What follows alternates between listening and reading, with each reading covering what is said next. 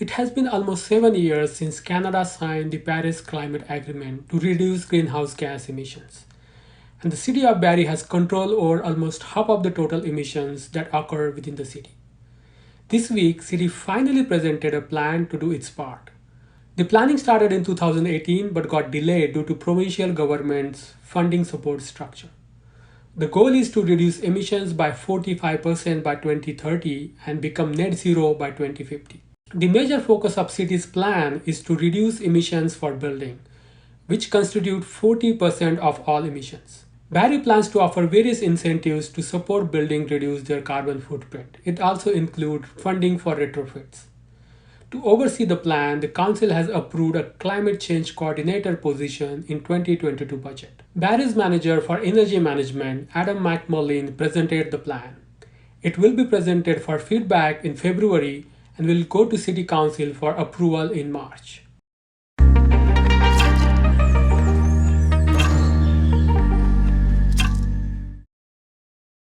Share the highlights of the draft, solicit some feedback from the group, and build support for endorsement and implementation of the plan. In 2018, Council had a motion to establish funding to support the development of a plan.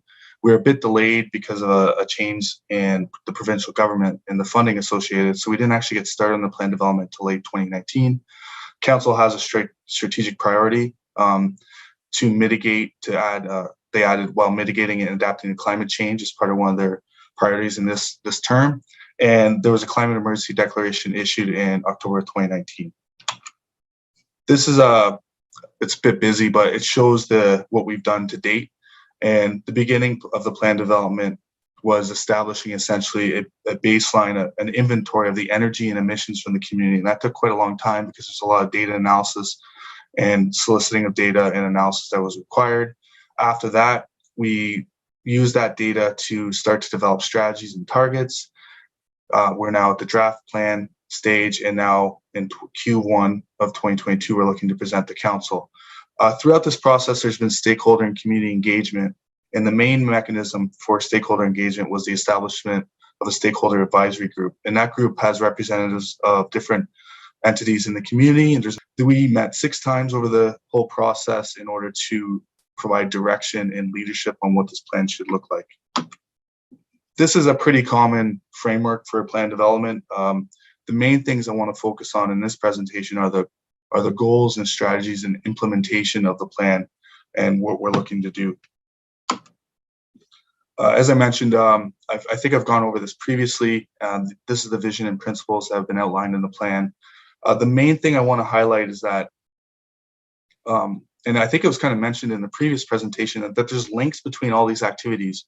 So there's a link between the natural and built environment, and when you take action on climate change, you have co-benefits. And we're realizing that in the previous presentation, there's health and wellness to residents when you move to active transportation. So that was a really good presentation to precede this. There's economic benefits for doing this.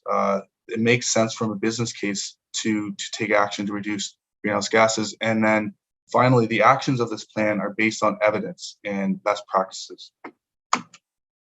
So based on the inventory that we took, we were able to develop a catalog of where the emissions come from in the community. And in 2018, the emissions, the majority of the emissions came from private vehicles, 55%. And that represents over 1 million tons of emissions for the whole community in total. So 55% is a large chunk of that. And a remaining 40% of emissions come from buildings. So those are the 2 main areas, the source of emissions in the community which we found from our inventory. This provides the highlights and bullets essentially of what that inventory and emissions profile looks like. And the thing I want to highlight here is that without action, the business's planned scenario, our emissions will increase by 40% by 2050. So it shows that we have to take action. The other highlight is that private vehicles represent the single largest users of emissions in the community. And finally, almost $600 million was spent on energy in the community in 2018, and the great majority of those dollars left the community. And I think this is where the business case comes in, that if we start to generate those dollars for the community, in the community, there's spin-off effects from an economic perspective. Reliance on green energy, including wind and solar, is a big part of plan to achieve net zero emissions by 2050. We developed some big moves, 4 big moves. The first one I'll discuss here is buildings. And the goal is to have near zero emissions from new and existing building stocks. And a strategy or action within this big mover and under the goal, the 2 main ones that I want to highlight is the deep energy retrofit program. So essentially, we need to establish a program that targets existing buildings, both businesses and residents, and give them the opportunity or incentivize people to make changes and retrofit their buildings so that they can reduce their energy usage, and in particular, their fossil fuel usage. So the major source of emissions comes from heating by using natural gas, in particular in the residential sector. So we want to target those areas by establishing a program that incentivizes people to retrofit their house. The other main action under this, or important action, is establishing a green development standard. So we want to ensure that all buildings moving forward are low or near zero carbon or net zero emissions from a emissions perspective, so that we don't have to do future retrofits to those buildings in order to get those buildings to a near zero emissions state. Another big move, of course, and one of probably the most important moves, is transportation. It represents 55% of emissions, and the goal is similar to the buildings, near zero emissions from transportation. And this is great that I'm following the previous presentation, because essentially there's 2 focuses here. One is we need to move people away from the vehicle. So how can we incentivize and how can we implement policies and programs and plan appropriately that people move away from the car?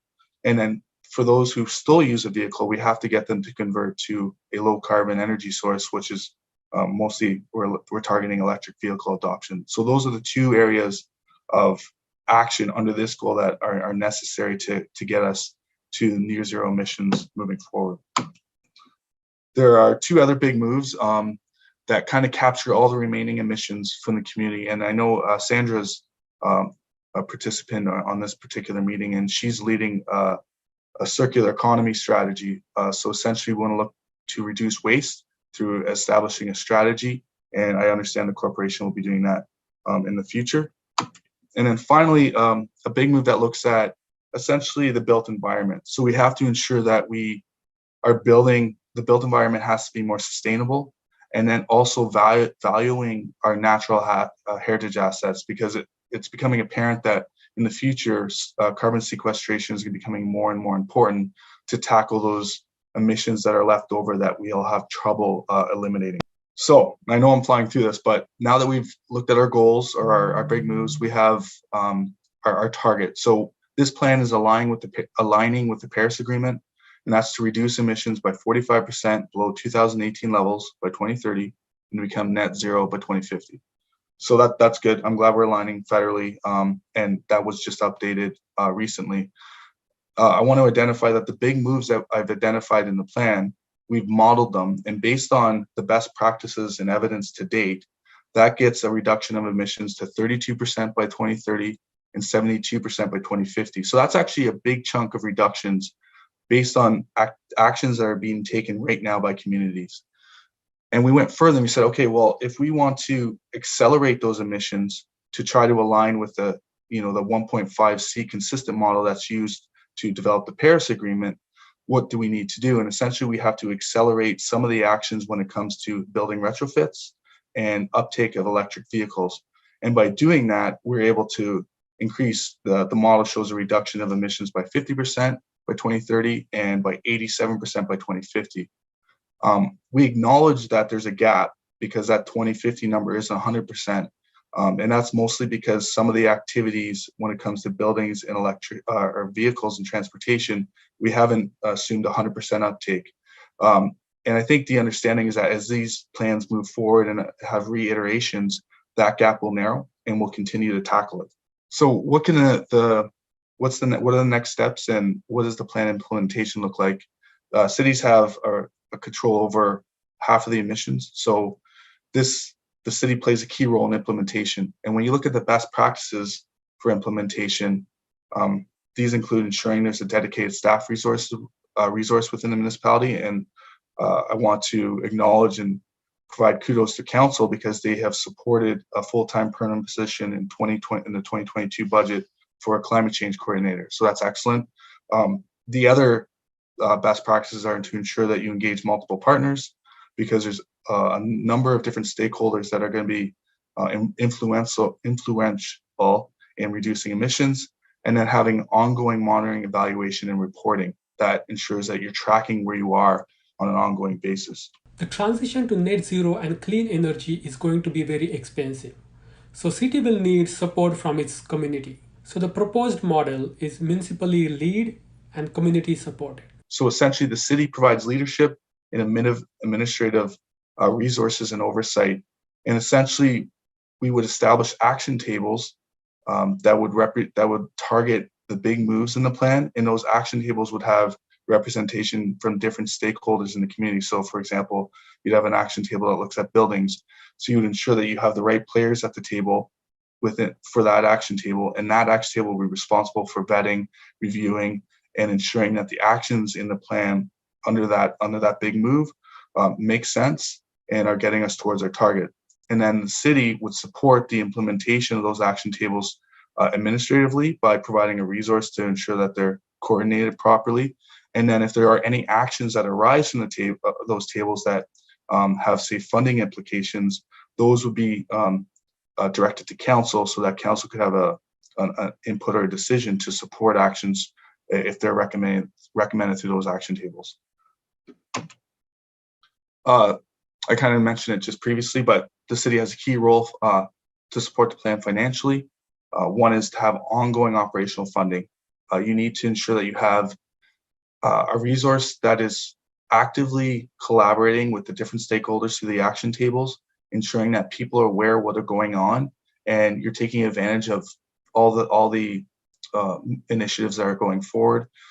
And then funding for implementation of specific strategies. And there's some examples here, but you could provide financial support to local homeowners and businesses.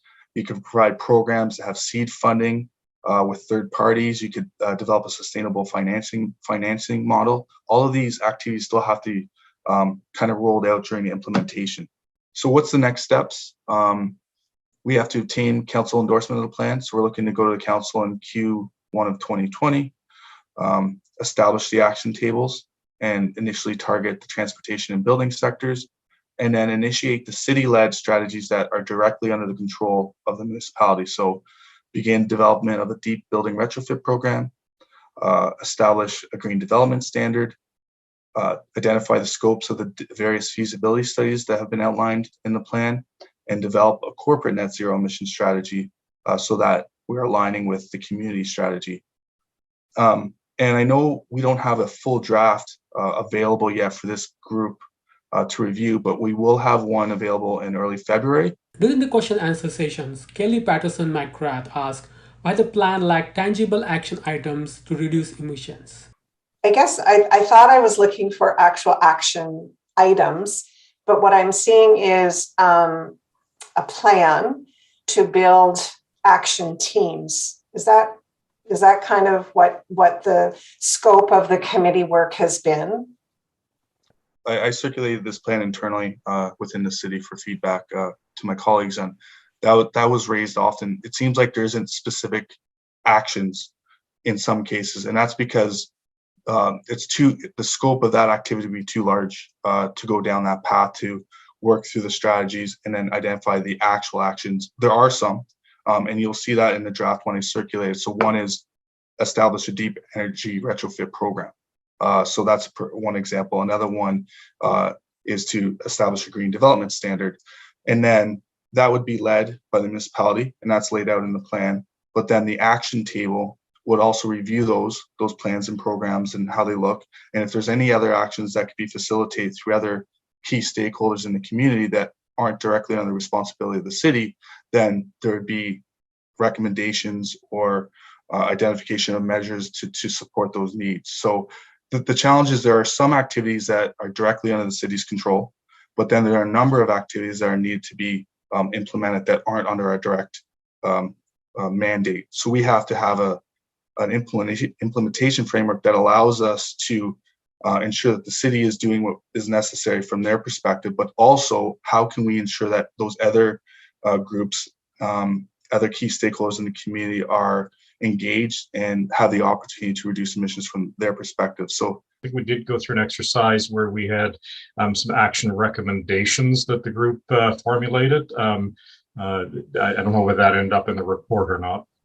Well, yes. So there's an implementation table, and then there's a large matrices of who would be the lead as a partner, and then who would also assist in a resource role or perhaps as a partnership. So it was a large table with many different groups, but that's the intent. The challenge is that there's some activities that are very clear, and then there are other activities that need further work. So, for example, a renewable energy strategy, it's going to be necessary to enhance our deployment of renewable energy, in particular solar PV.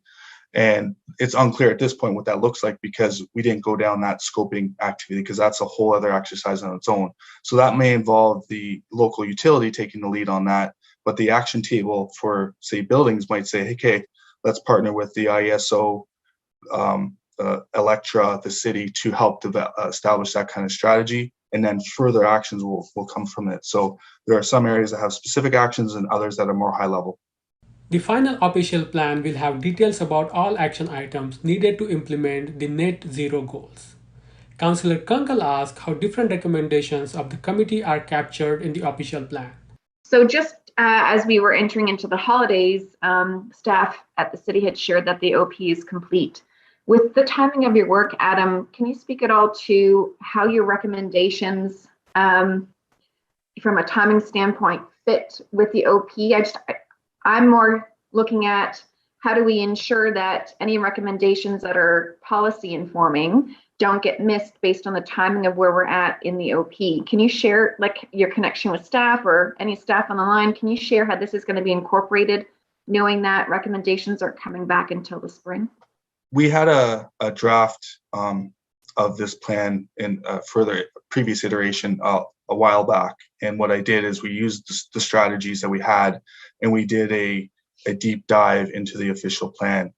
And the project team reviewed and identified wording in the OP that should be updated, changed, modified. I also worked with Sandra's group because they did a deep dive, and when there was opportunities for me to add input to their comments, that was included.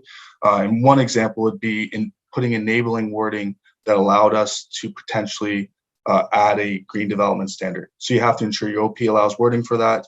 It does. And now when we go to put that program in place, we'll be aligning with our OP. And so there was I'm not a planner, but there was a lot of motherhood statements that were included to ensure that if we want to do further action, we're going to capture it. It's a very daunting document, the official plan. So I'm not saying we captured everything, but we went through it word by word, and we got the main things that we know right now we're going to need to do. And I hope that a lot of those future activities 5-6 years down the road we're able to implement because we've allowed for the proper wording in the official plan. To reduce emissions from the building, energy retrofit funding will be provided. The city has already received a grant to do so. Yes, I'm just wondering in conjunction to a couple of related things. These have to do with funding for energy retrofits and upgrades. And I wonder if the local improvement charge system has been identified as a funding tool for that. And also there's a municipal fund grant that we got back in August, I think. Is that grant funding this study, or is that be directed to related studies? Thanks for the question. So there's a few parts of that question I'll address. The first is that the deep retrofit program will have to utilize the local improvement charges regulation. That's the mechanism by which the municipality can support retrofits in buildings. So that will be the avenue by which we implement. And the city has received a number of grants from the Green Municipal Fund. My group has, I think, 3 or 4 in the last couple of years. One of which was to do a study of the residential profile the community and then identify what opportunities from an emission standpoint are there. That the draft of that has just been completed. We partnered with the Clean Air Partnership, the city, at no cost to get this study done. The benefit of the study is that this output of the study allows us to go to FCM, the Federation of Canadian Municipalities, to ask for grant funding to support the development and the implementation of a program. So then they say, okay, you've checked the boxes. You now know what opportunity you have.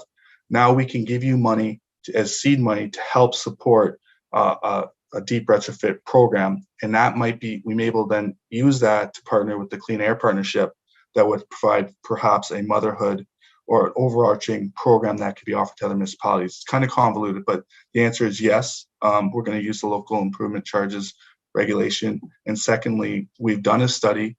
And once that's finalized, I'll share that with this group. It's excellent. It's amazing. And it allows us then to access further seed money from FCM to then move down that path. And it's good because we're moving ahead with this. And that study costs us no money. So I was lucky enough to be corresponding with the executive director of the Clean Air Partnership, Gabby, and she said, do you want to participate? So we're moving along. So hopefully we're that many steps ahead when we go to implement this plan or start implementation this year. Correspondence. So I was on the website prior to this call, and it looks like you've collected a lot of data, and it's very interesting. I was just wondering how, like, I think you talked about this a little bit in your response to Wilf, but when you're looking to collaborate with external agencies, like some of the programs that are offered, they come and go with changes in municipal governments and changes in, for example, like the Enbridge program has been around for a while now for the energy retrofits, but generally they come and go. So it seems like a challenging task to coordinate with those other potential grants or retrofit programs. Like, do you have any idea how you'll tackle the changing priorities? That is a great question, and it is an utter challenge of retrofit programs. There's actually a member of the stakeholder advisory group who is personally undertaking she's purchased a heat pump, and she went through the federal program to try to get that grant.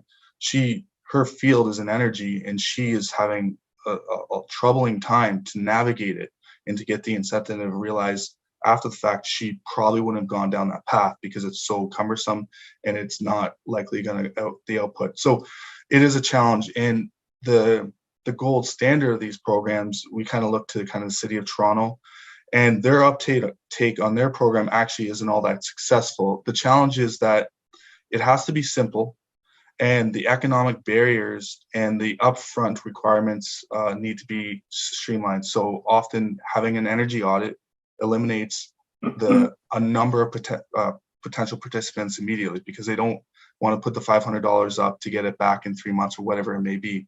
So we are actually looking to partner with the Clean Air Partnership, which is an entity that looks to reduce emissions throughout the province. They have a number of municipal partners, and we're looking to perhaps have a partnership where they establish a umbrella service, and then we opt into that. And the city actually just completed a study that allows us to, engage in some funding through FCM for that. So I guess what I'm saying is very challenging. We have to establish a program that is simple and straightforward, and likely we need to partner with an entity that provides a service throughout the province so that we're opting in, it's standardized, and then it also allows, contractors in that to understand that if they go to Barrie or if they go south to Innisfil, it's a similar program and they don't have to worry about differences in applying and that type of thing. So that's the long-winded response to that. It's challenging, and we need to do a better job than has been done in the past because of the nature of the changing in funding from different entities. Yeah, thanks again, Keaton. Adam, I wonder whether we should just mention the carbon budget concept that we discussed that ensures that we stay on track on these targets. Yes, Wilf. I'm really glad you're in this meeting. It's like having a support leg. One recommendation in the implementation framework is to investigate the opportunity to establish a carbon budget. So there's a difference when you have a target versus a budget. A target's like, in 10 years, we're going to get to that number. It doesn't matter how we get there. A budget is, okay, this year we have this much allocated in resources, and how much did we use. So the idea of a carbon budget for the community is to say, okay, from now till 2030, we have this much carbon we want to emit. From now to 2050, we have this much carbon we want to emit. If we break that out per year based on the actions we want to implement, where do we get?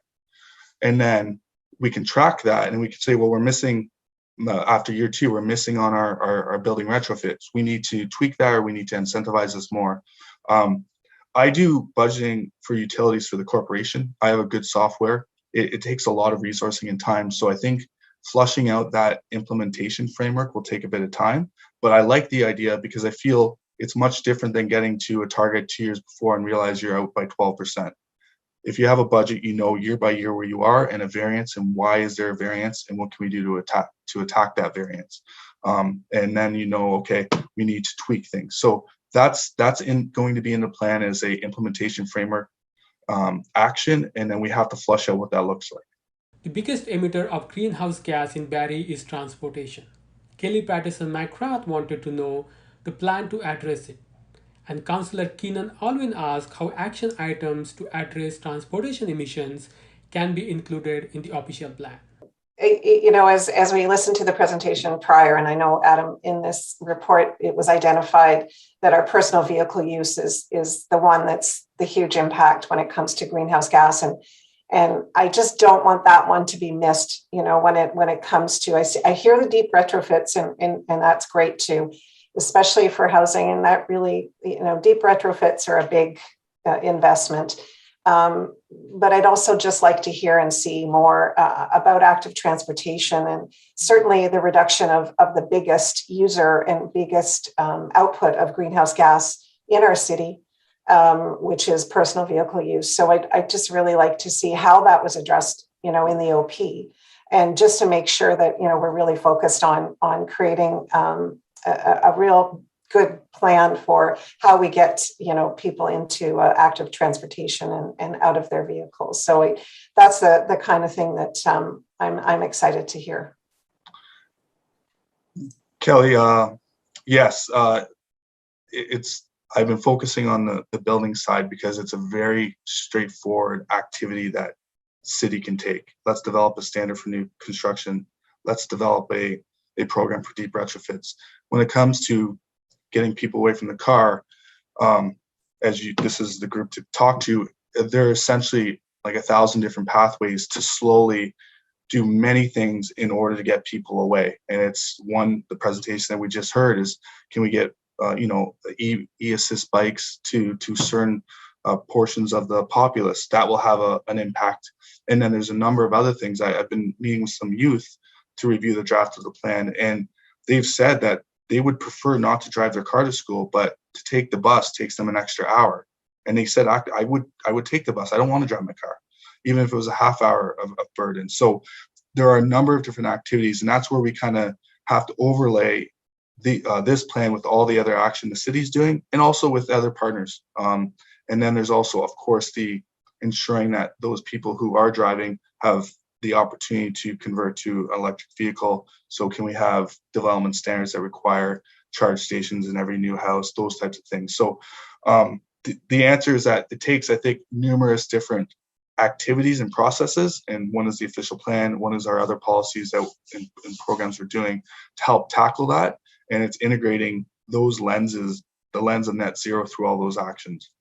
I kind of want to build off of that for a second, and then I'll go to Wilf, just because I'd written down, it stood out to me that on that slide about the immediate city-led strategies, there was nothing transportation focused for that initial phase, I guess you could say. So I wonder if there's an opportunity for us to identify a key action there, and whether, that might be supporting the work that Brett is already doing on Cycle Barrie, and making sure that that program really has the support of this greenhouse gas reduction strategy too, because it's so key.